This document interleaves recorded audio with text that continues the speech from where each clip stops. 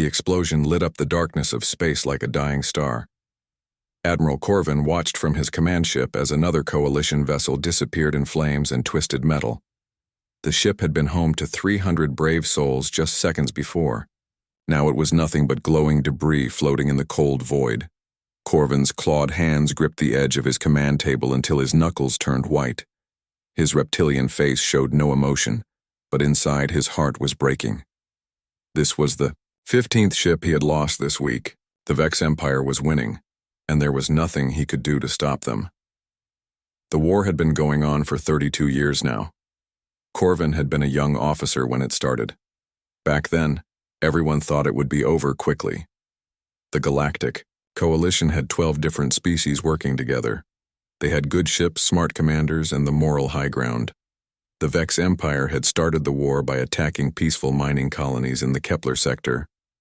It should have been an easy victory for the good guys.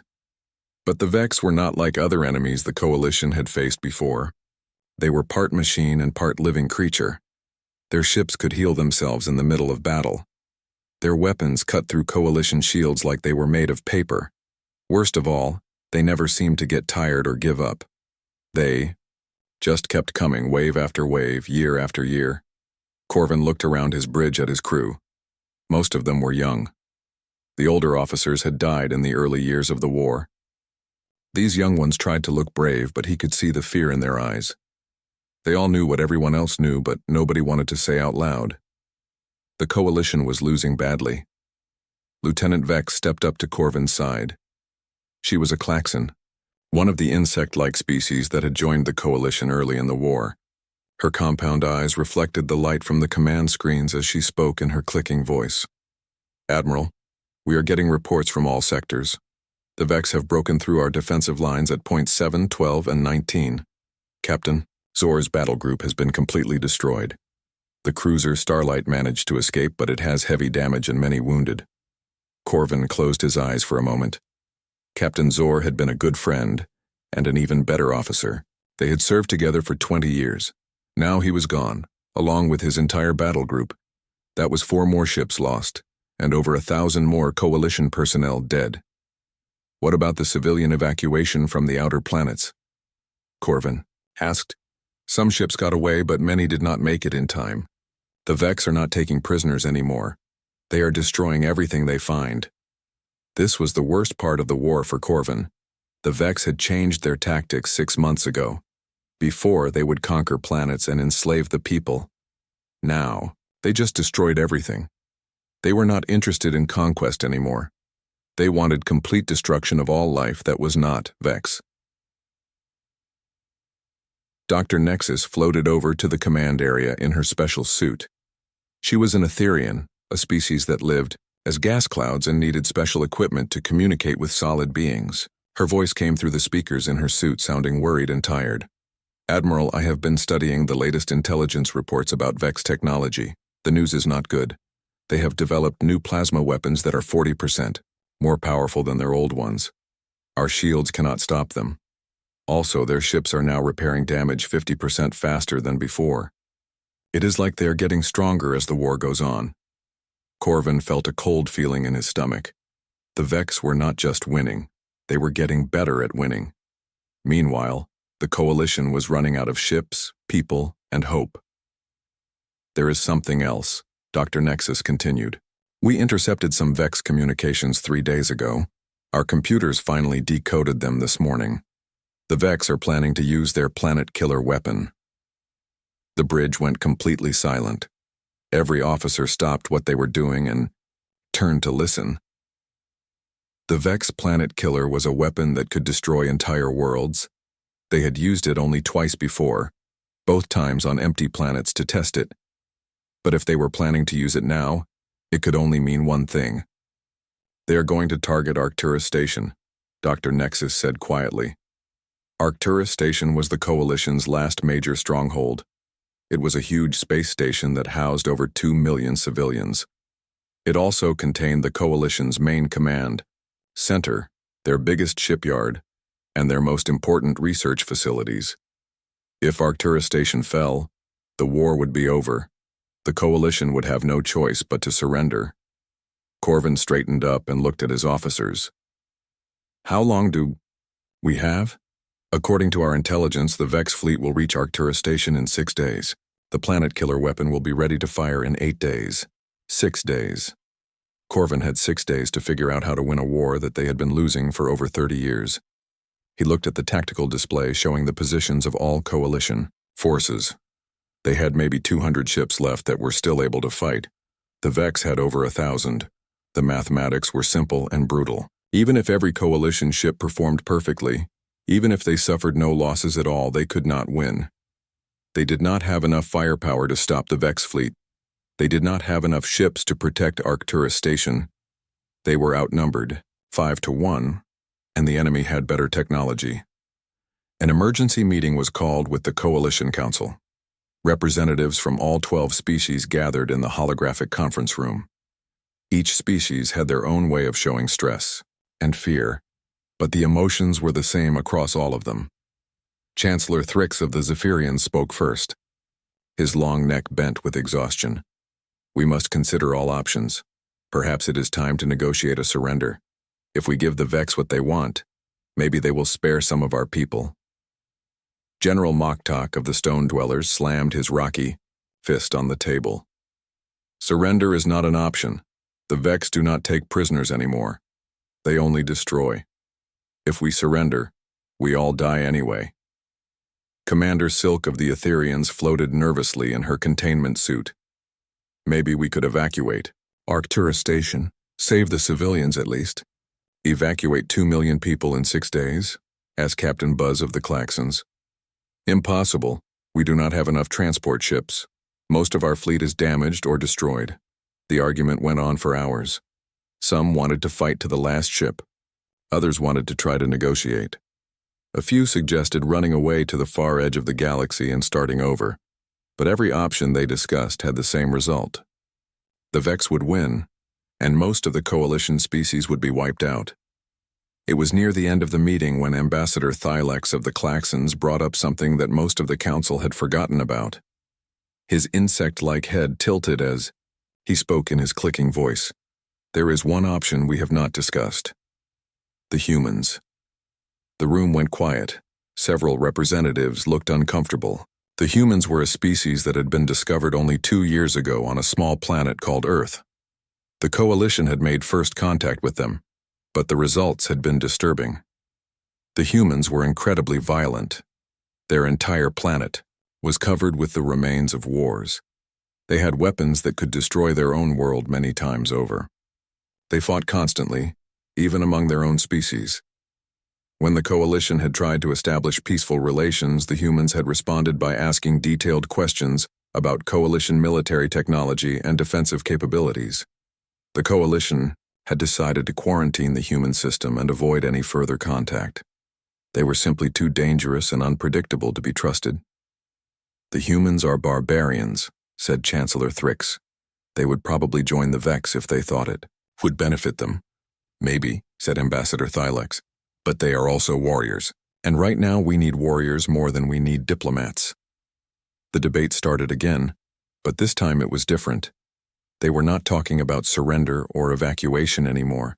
They were talking about asking the most violent species they had ever encountered to help them fight the most dangerous enemy in galactic history. Admiral Corvin listened to the arguments and made his decision. They had 6 days left before the Vex reached Arcturus Station. Traditional coalition tactics had failed for 32 years.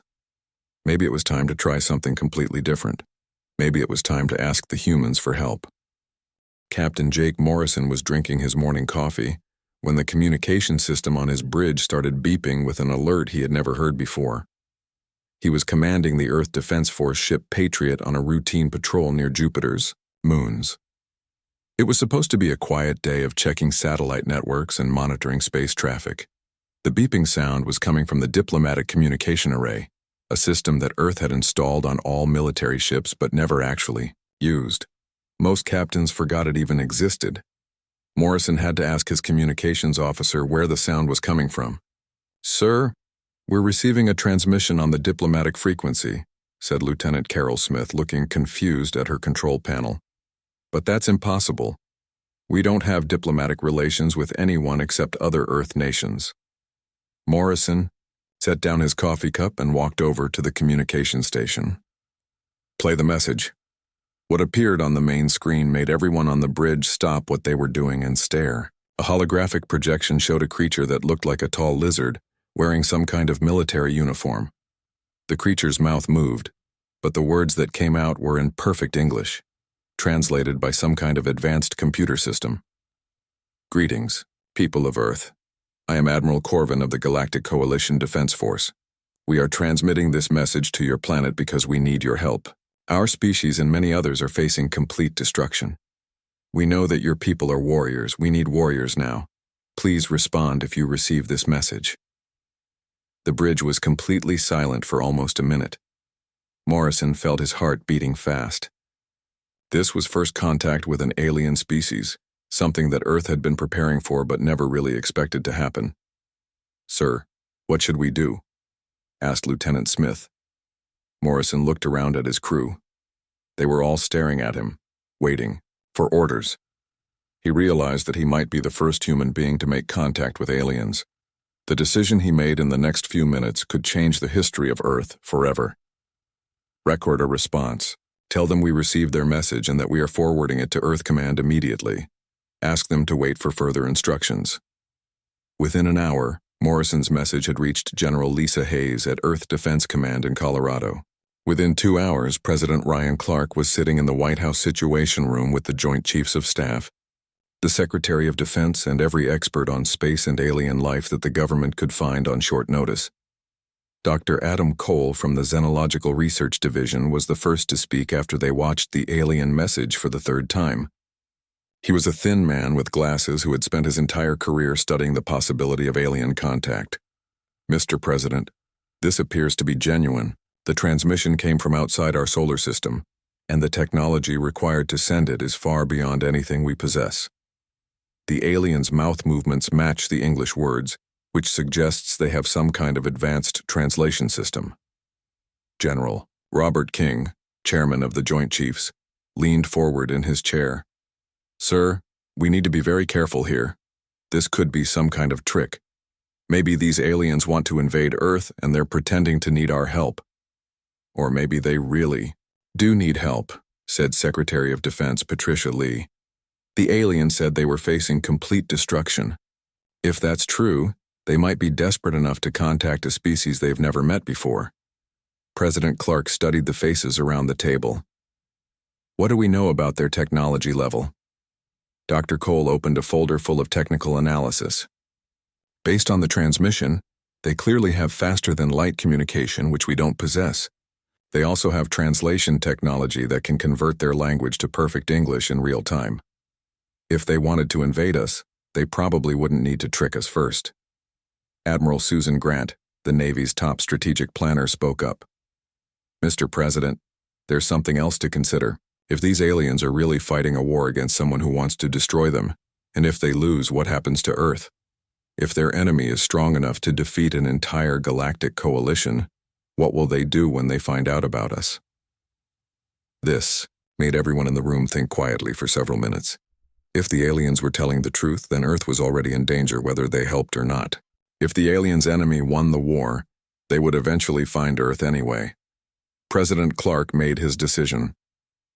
I want to talk to them directly. Set up a secure communication link. 2 hours later, Admiral Corvin's image appeared on the screens. In the Situation Room, the alien looked tired and desperate. When he spoke, his translated voice sounded formal but hopeful. Thank you for responding to our message, people of Earth. I am honored to speak with your leaders. President Clark leaned toward the camera. Admiral Corvin, I am President Clark, the leader of the United States of America, one of Earth's nations. Before we discuss helping you, we need to know more about your situation. Tell us about this war you're fighting. Admiral Corvin's reptilian face showed what might have been relief. For the next hour, he explained the history of the war with the Vex Empire. He told them about the Coalition's defeats, the Vex's new planet-killing weapon, and the threat to Arcturus Station. He also transmitted data files containing technical information about both Coalition and Vex technology. Dr. Cole and his team spent the night analyzing the data. What they found was both amazing and terrifying. The aliens had technology that was hundreds of years ahead of Earth's in some areas. They could travel faster than light, create energy shields, and build weapons that could destroy entire cities with a single shot. But as Dr. Cole studied their military tactics and battle reports, he noticed something strange.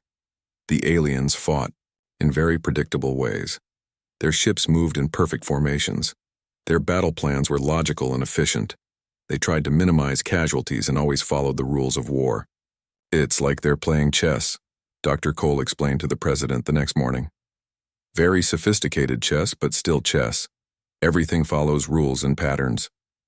General King looked at the tactical displays Dr. Cole had prepared. What about their enemies, the Vex? The Vex are different, but they're also predictable. They use overwhelming force and systematic destruction. They're like a machine that just crushes everything in its path. But they're still following a pattern. President Clark studied the information for a long time. What does this mean for us? Admiral Grant, who had been quiet during the briefing, finally spoke. Mr. President, I think it means that neither side in this war has ever fought against an enemy like us. What do you mean? Humans don't fight like either of these alien species. We don't follow predictable patterns. We adapt. We use deception. We take risks that other species would consider insane. Our entire military history is built around doing the unexpected. General King nodded slowly. The Admiral has a point. Look at some of our greatest military victories. The Trojan Horse, D-Day, the Revolutionary War. We won those battles by doing things our enemies never expected. Dr. Cole pulled up another data file. There's something else. According to the Coalition's psychological profiles, most alien species think in terms of honor, logic, and following established rules. Humans are apparently unusual in our willingness to use dirty tricks and psychological warfare. President Clark looked around the room at his advisors. So you're saying we might actually be able to help them? More than help them, said Admiral Grant. We might be able to end their war. The discussion continued for hours. They talked about the risks of getting involved in an alien war. They discussed what Earth might gain from helping the Coalition. They debated whether humanity was ready to announce its presence to the galaxy. In the end, President Clark made the decision that would change everything. We're going to help them, but we're going to do it our way. He turned to Admiral Grant. Susan, I'm putting you in command of our response. Take our best ships and our best people. Show these aliens how humans fight. Admiral Grant smiled. Yes. Sir, how many ships do you want me to take? All of them, President Clark replied. If we're going to do this, we're going to do it right. And Admiral? Yes, sir.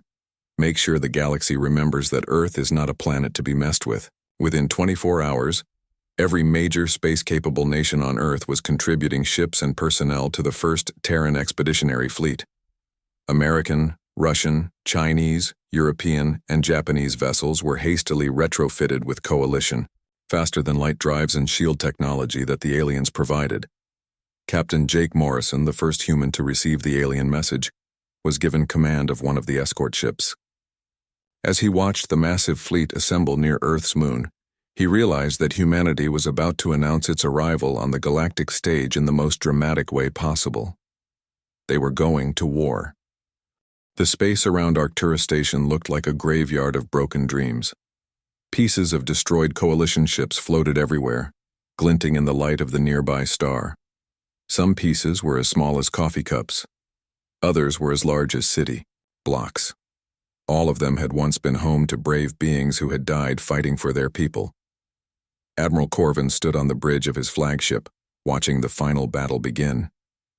The Vex Empire had arrived exactly when their intelligence had predicted. Over 800 Vex ships had come out of hyperspace in perfect formation, looking like a wall of death moving slowly toward the station.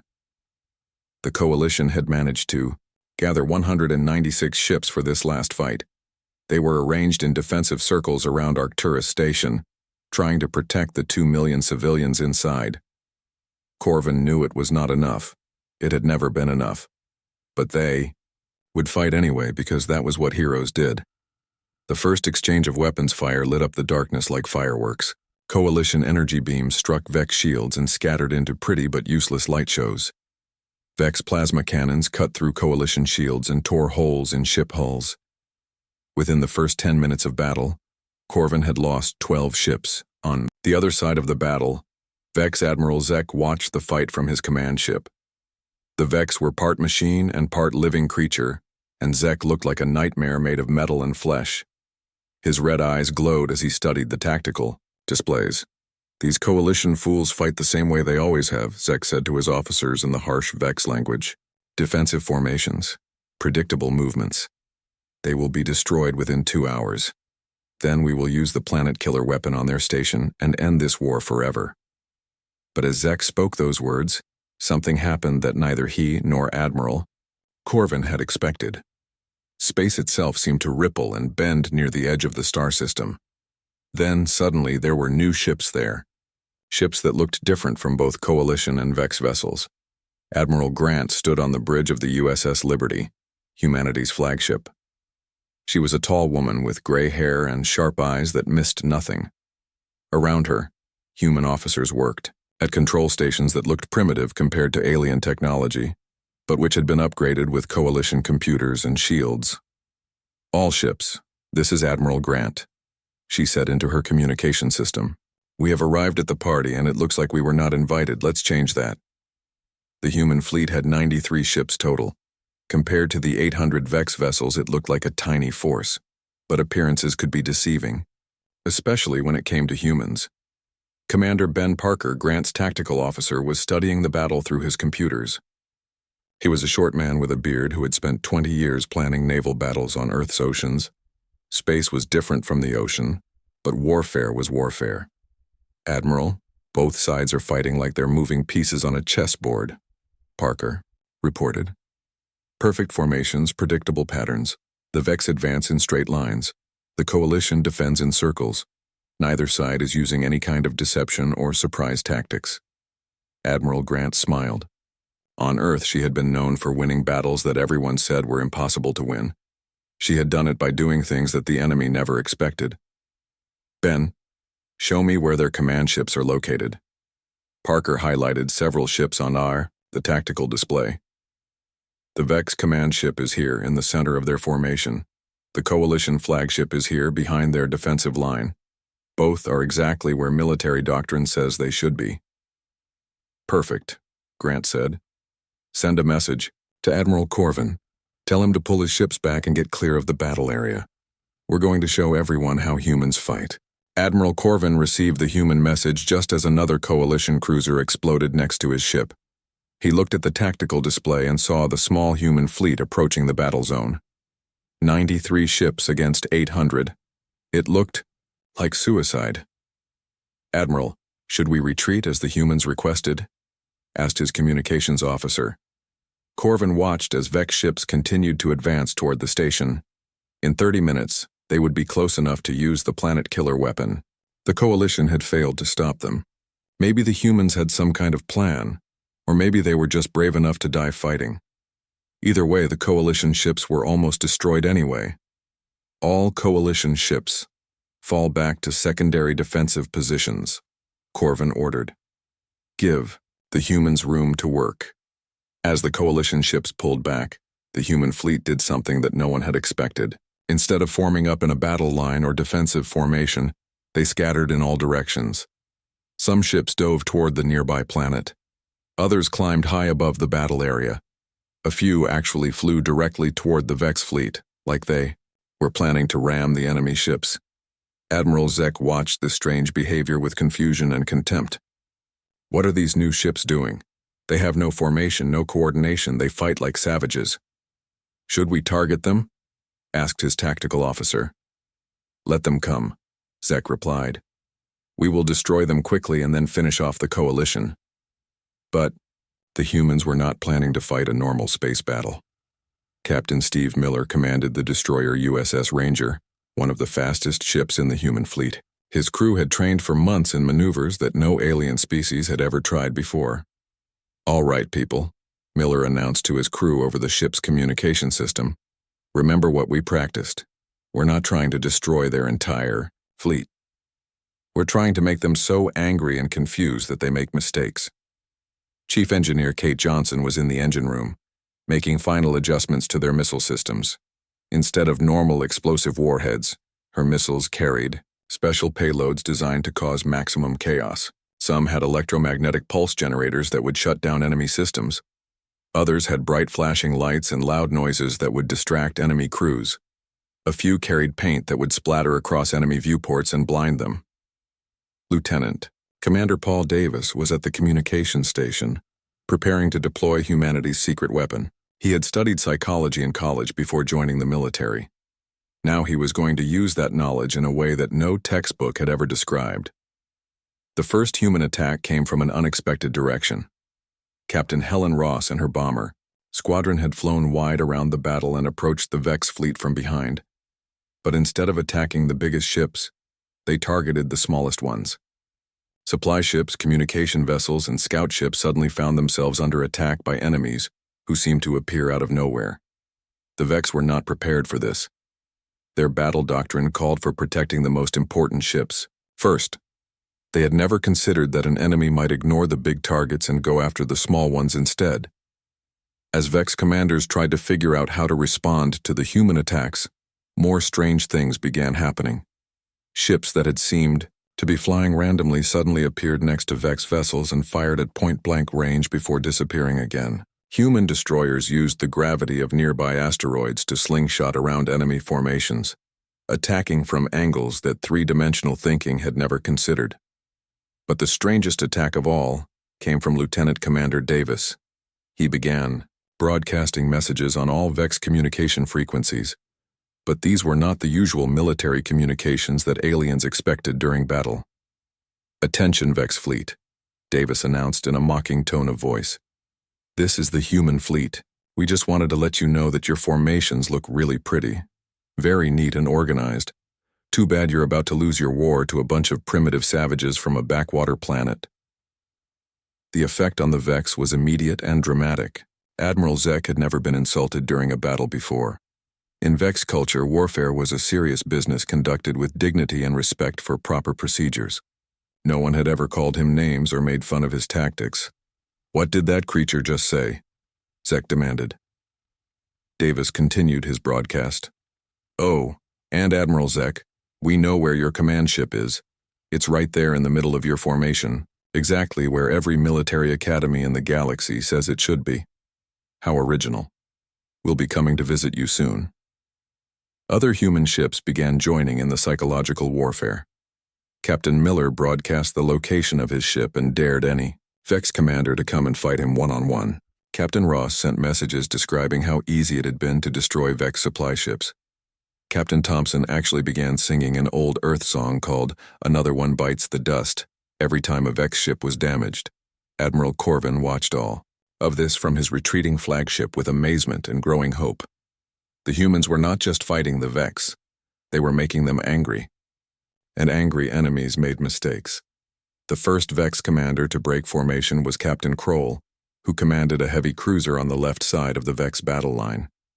He had been listening to the human insults for 10 minutes, and his pride could not take any more. "I am going to destroy those insolent creatures," Kroll announced, and he ordered his ship to chase after Captain Miller's destroyer. This was exactly what Admiral Grant had been waiting for. As soon as Kroll's ship left formation, 3 human vessels that had been hiding behind a nearby moon appeared and attacked it from 3 different directions. Kroll's ship was destroyed in less than 2 minutes. What happened next would be talked about in military schools across the galaxy for the next 1,000 years. The human fleet did not fight like any species that had ever existed. They fought like they were trying to drive their enemies completely insane. Captain Steve Miller's destroyer USS Ranger was being chased by 3 Vex heavy cruisers. Any normal commander would have tried to run away or called for help. Instead, Miller did something that made every alien watching the battle think he had lost his mind. He turned his ship around and flew directly at the 3 enemy ships that were chasing him. "Sir, are you sure about this?" asked his weapons officer, Lieutenant Danny Green. Trust me, Miller replied with a grin. I learned this trick from studying old Earth naval battles. Sometimes the best defense is a really crazy offense. As the Ranger flew toward the 3 Vex ships, Miller waited until the last possible second. The Vex commanders were so surprised by his suicidal charge that they hesitated for just a moment. That moment was all Miller needed. At the last second, the Ranger dove under the lead Vex ship and fired all of its missiles straight up into the enemy's hull. The Vex ship exploded so violently that the other 2 ships were damaged by flying debris. While they were trying to figure out what had happened, the Ranger escaped by flying through the explosion cloud where their sensors could not track it. 1 down, 2 confused, Miller announced cheerfully to his crew. Let's go find some more targets. Meanwhile, Captain Helen Ross was leading her bomber squadron in an attack that would have been impossible for any other species to imagine. Instead of attacking enemy ships directly, she was attacking empty space. Deploy the mines in Pattern 7, Ross ordered her pilots. Make sure they look like debris from destroyed ships. The human bombers scattered hundreds of small explosive devices in the path of the advancing Vex fleet, but these were not ordinary space mines. They were designed to look exactly like pieces of broken coalition ships. When Vex vessels flew through the debris field, they had no idea they were flying through a minefield until the explosion started. 6 Vex ships were destroyed before Admiral Zek realized what was happening. By then, the humans had scattered more fake debris in 12 different locations. The Vex fleet had to slow down and carefully scan every piece of wreckage they encountered. These humans fight without honor, Zek growled to his officers. They used tricks and deception instead of honest combat. But the humans were just getting started. Lieutenant Commander Paul Davis had been studying Vex psychology for weeks, preparing for this moment. He knew that the Vex valued order, discipline, and following proper procedures above everything else, so he decided to attack them where it would hurt the most. Attention all Vex ships, Davis broadcast on every communication frequency. We have been monitoring your internal communications. We know that Admiral Zek has been lying to his own fleet about how badly you are losing this war. We know that your supply lines are broken and your reinforcements are not coming. We also know that half of your ships are already damaged and running low on ammunition. Most of what Davis said was not true, but some of it was. The humans had intercepted enough Vex communications to know which ships had problems and which commanders were worried about their orders. Davis mixed real facts with fake information in a way that made everything sound believable. The effect on the Vex fleet was immediate. Ship captains began demanding confirmation from Admiral Zek about their supply situation. Crews started questioning whether their commanders were telling them the truth. Some ships even began retreating without orders, believing that the battle was already lost. Captain Frank Thompson was commanding the cruiser USS Defiant when he came up with the idea that would become known as the Thermopylae Maneuver. He had been reading ancient Earth history and remembered a battle where 300 Spartan warriors had held off a massive Persian army by fighting in a narrow mountain pass. I need to find a narrow space where we can channel their ships, Thompson told his crew. Somewhere they can only attack us from one direction. Thompson found what he was looking for in an asteroid field near the 4th planet of the system. The asteroids were arranged in a narrow canyon that was just wide enough for one large ship to pass through at a time.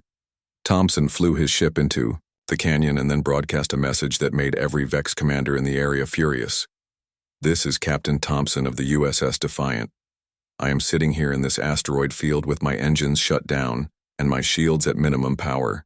My ship is practically defenseless. If any Vex commanders are brave enough to come and fight me, I will be waiting right here.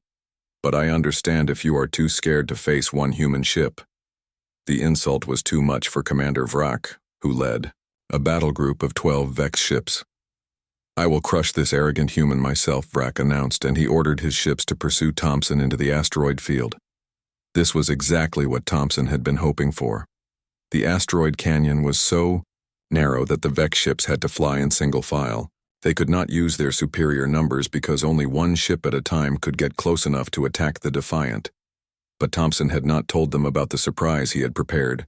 Hidden behind asteroids throughout the canyon were other human ships waiting in complete silence with their engines turned off. As each Vex ship entered the narrow passage, human vessels emerged from hiding and attacked from both sides.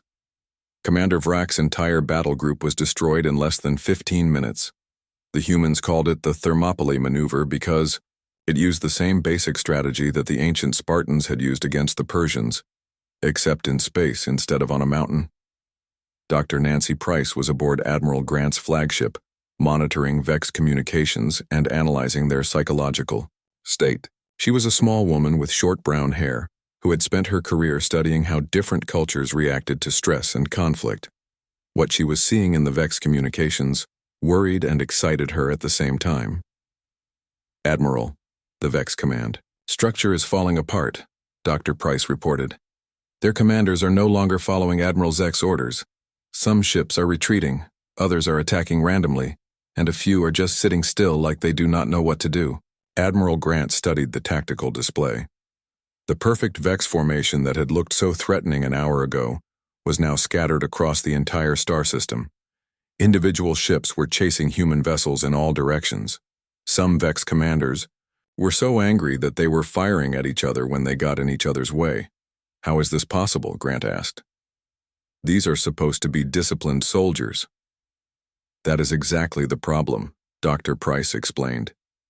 "The Vex have been bred and trained to follow orders and stick to battle plans. They are very good at systematic conquest when everything goes according to plan. But humans do not follow any plan that the Vex can understand. We are forcing them to make decisions that their training never prepared them for." Captain Chuck Martinez was commanding the heavy cruiser USS Constitution when he came up with an idea that was so crazy it just might work. He had been watching Vex ships chase human vessels all over the system, and he noticed that the enemy always tried to attack from the same angles and distances. "They fight like robots," Martinez told his weapons officer. "Same approach every time, same firing patterns, same evasion maneuvers. I bet we can predict exactly what they will do."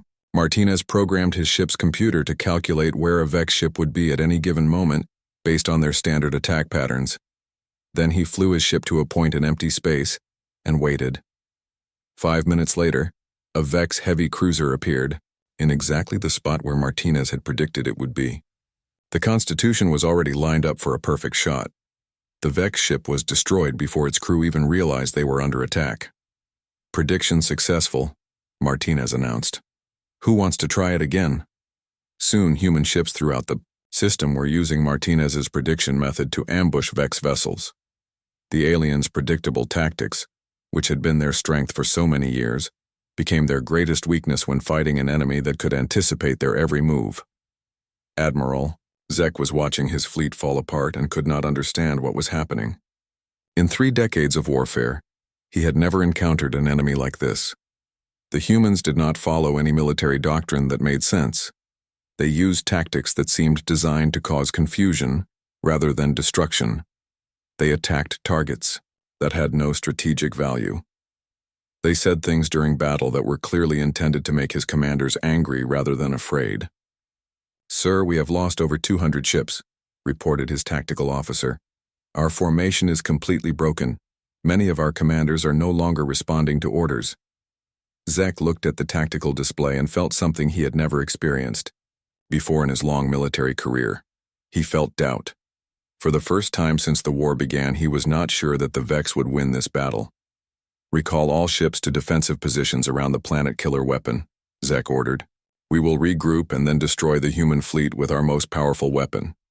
But as Zek gave his orders, Admiral Grant was already planning her next move. She had been studying the massive Vex weapon that could destroy entire planets. It was heavily defended and incredibly powerful. The planet killer weapon was the size of a small moon. It floated in space like a mechanical monster, covered with armor plating and defensive guns. Around it, the remaining Vex ships formed protective circles, trying to shield their ultimate weapon from the chaotic human attacks that had destroyed so much of their fleet. Admiral Zek stood on his command bridge, watching the tactical displays with growing desperation. In 4 hours of fighting, he had lost over 400 ships to a human fleet that had started with only 93 vessels. It was impossible. It was humiliating. But most of all, it was happening. "Sir, the planet killer weapon is charging up," reported his weapons officer. It will be ready to fire in 12 minutes. Zek nodded grimly. Once the weapon fired and destroyed Arcturus Station, the war would be over. The humans had fought well, but they could not stop a weapon that could crack planets in half. After, the station was destroyed. He would hunt down every human ship and make them pay for the embarrassment they had caused him.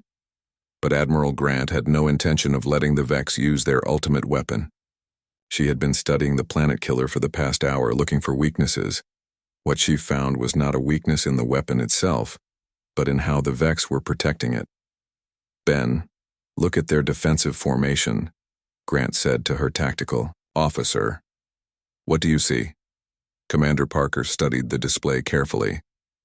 "They have arranged their ships in perfect defensive spheres around the weapon. 3 layers of protection, with the biggest ships on the outside and the smallest ships closest to the weapon. It is exactly what military doctrine says they should do." "Exactly," Grant replied with a smile. "They are protecting their weapon the way they protect everything else. By the book, predictable and completely focused on stopping a direct attack." "What are you thinking, Admiral?"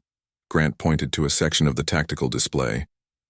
"They are expecting us to attack the weapon from the outside, fighting our way through their defensive lines.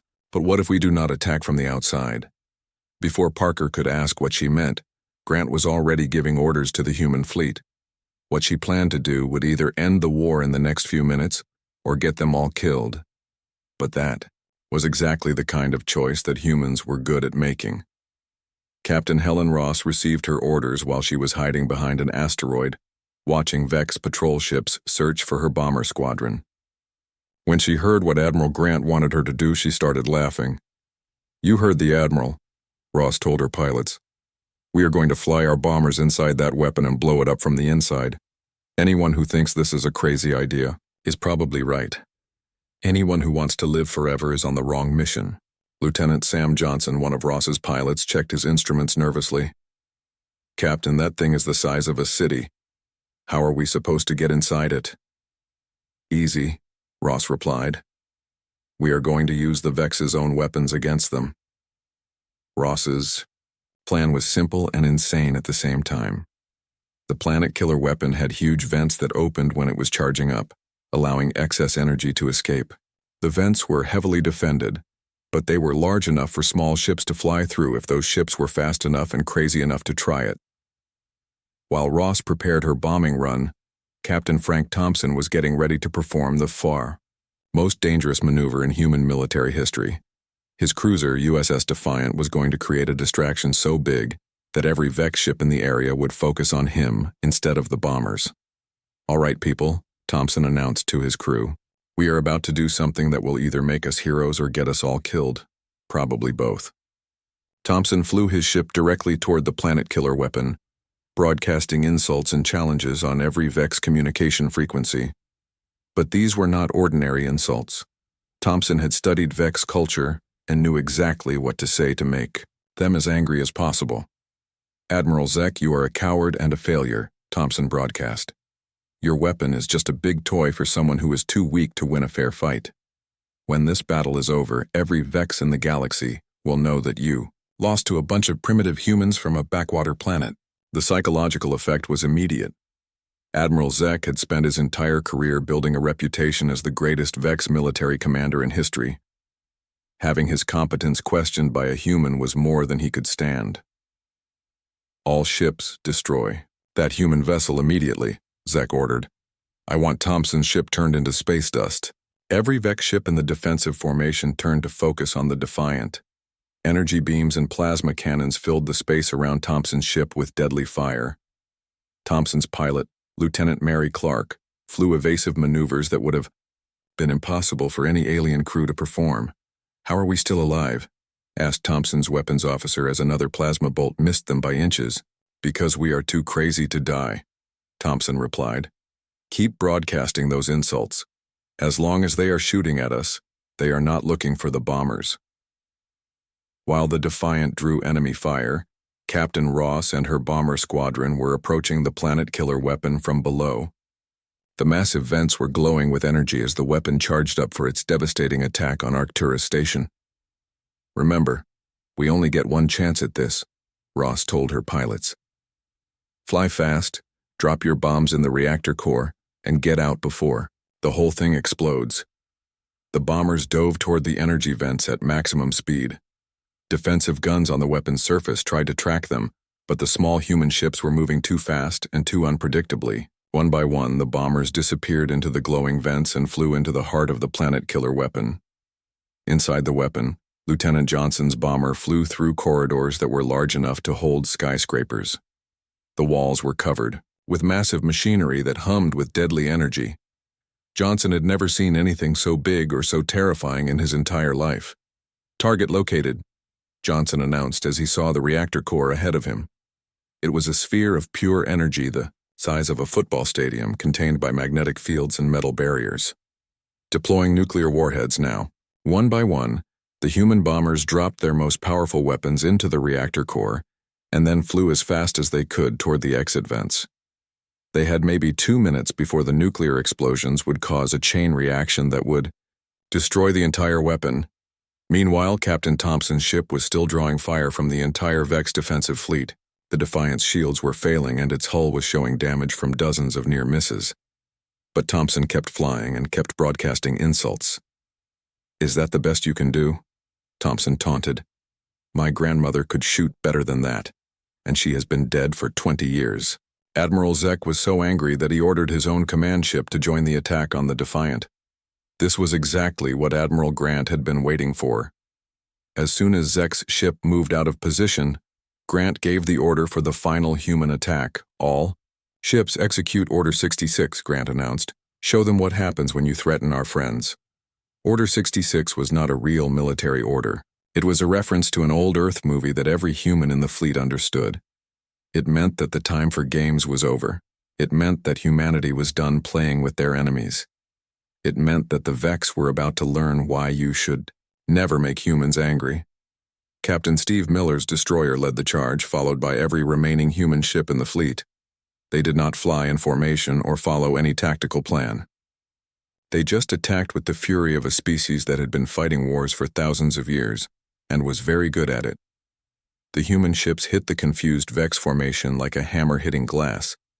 Vex vessels that had been focused on destroying. Thompson's ships suddenly found themselves under attack from every direction. Human ships rammed Vex cruisers, fired at point-blank range, and used their own damaged hulls as weapons when their guns ran out of ammunition. Captain Chuck Martinez deliberately crashed his crippled cruiser into a Vex battleship, destroying both vessels but clearing the way for other human ships to attack. Lieutenant Commander Davis kept broadcasting psychological warfare messages even as his ship was being torn apart by enemy fire. And in the middle of the chaos, the planet-killer weapon exploded. The nuclear warheads that Captain Ross's bombers had dropped into the reactor core caused a chain reaction that tore the massive weapon apart from the inside. The explosion was so bright that it could be seen from the other side of the star system. When the light faded, the weapon that could destroy planets was nothing but glowing debris. Admiral Zek watched his ultimate weapon disappear and felt something break inside his mind. The weapon had taken 10 years to build and represented the peak of Vex technology. Now it was gone, destroyed by primitive humans who were not supposed to be able to fight back. "Sir, we are receiving a surrender transmission," reported his communications officer with a shaking voice. "From the humans?" Zek asked. "No, sir. From our own ships. Admiral Vrock is surrendering his battle group. So is Commander Thex. They say they cannot continue fighting an enemy that destroys everything they were taught about warfare." Zek looked at his tactical display and saw the truth that he had been trying to deny. His fleet was broken. His ultimate weapon was destroyed. His commanders were surrendering rather than face more human attacks.